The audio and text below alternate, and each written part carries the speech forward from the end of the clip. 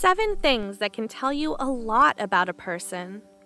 How do we tell what type of person our new friend or acquaintance is? Some of us have this desire to truly get to know the people in our lives. We know how complicated people can be, and there's no set way to understand the people that we meet or have in our lives. However, there are some signs that you can look out for in order to determine someone's true self or character. These signs are in the little things that people do every day. So much information can be uncovered through observation or when you pay special attention to people's behavior and habits. So, let's take a look at 7 things that can tell you a lot about a person. Number 1, the shopping cart theory. This is when you decide to rather abandon your shopping cart once you're done with your shopping. Doing so determines your level of self-governance. Simply abandoning the cart in the middle of the mall or parking lot is a lot easier and requires little to no effort. However, while we know that there aren't any threatening consequences, should we not return the shopping cart, or knowing that we won't gain anything by returning it, some people know that it's the right thing to do. So they do it purely out of decency, kindness, and common courtesy. Number 2, how they treat strangers. There is a common saying, a person that is nice to you but is rude to the waiter is not a nice person.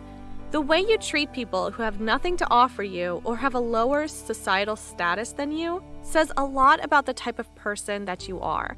In most cases, people who are overprivileged or superficial would ill-treat strangers, waiters, waitresses, and baristas, etc. This indicates that someone is only nice to people when they want something or have something to gain from that person. As per Swanson's Written Rules of Management book, it says that the waiter rule can help you determine how empathetic, caring, or considerate someone actually is. Number 3, their social media accounts. People's traits, personalities, and interests can easily be seen on their social media accounts. The way they portray themselves via their social media is a representation of how they would like to be seen by the world.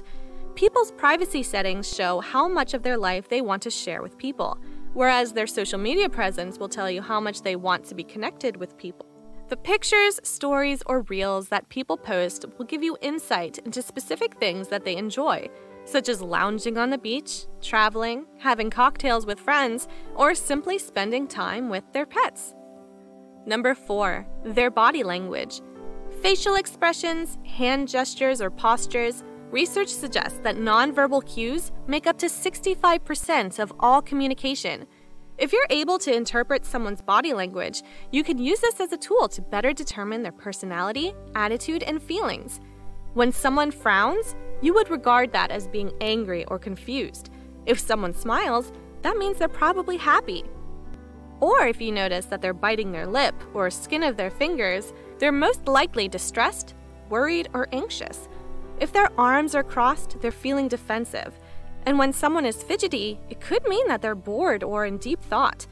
Even if someone doesn't say a word to you, you can determine what someone is thinking or feeling by simply reading their body language, if you're really good at it. This is a very useful tool, as it can go a long way in helping you better understand those around you and build healthy relationships and friendships. Number 5, the way they dress.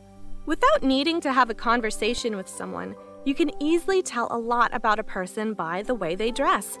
People who dress casually and don't worry too much about matching colors or the latest fashion trends are often laid-back type of people. They prefer being comfortable and don't care about other people's impressions of them. On the other hand, you may find people that wear more colorful and unique clothing. These people are usually more creative and artistic. They enjoy dressing up because it's their way of expressing themselves. Those who wear floral pattern clothing or dresses are often associated with femininity and grace, while those with a sporty look tend to be more confident and dependable. People who wear a more formal attire exude assertiveness and sophistication. Number 6, their taste in music. An integral part of our personal identity is the type of music that we listen to.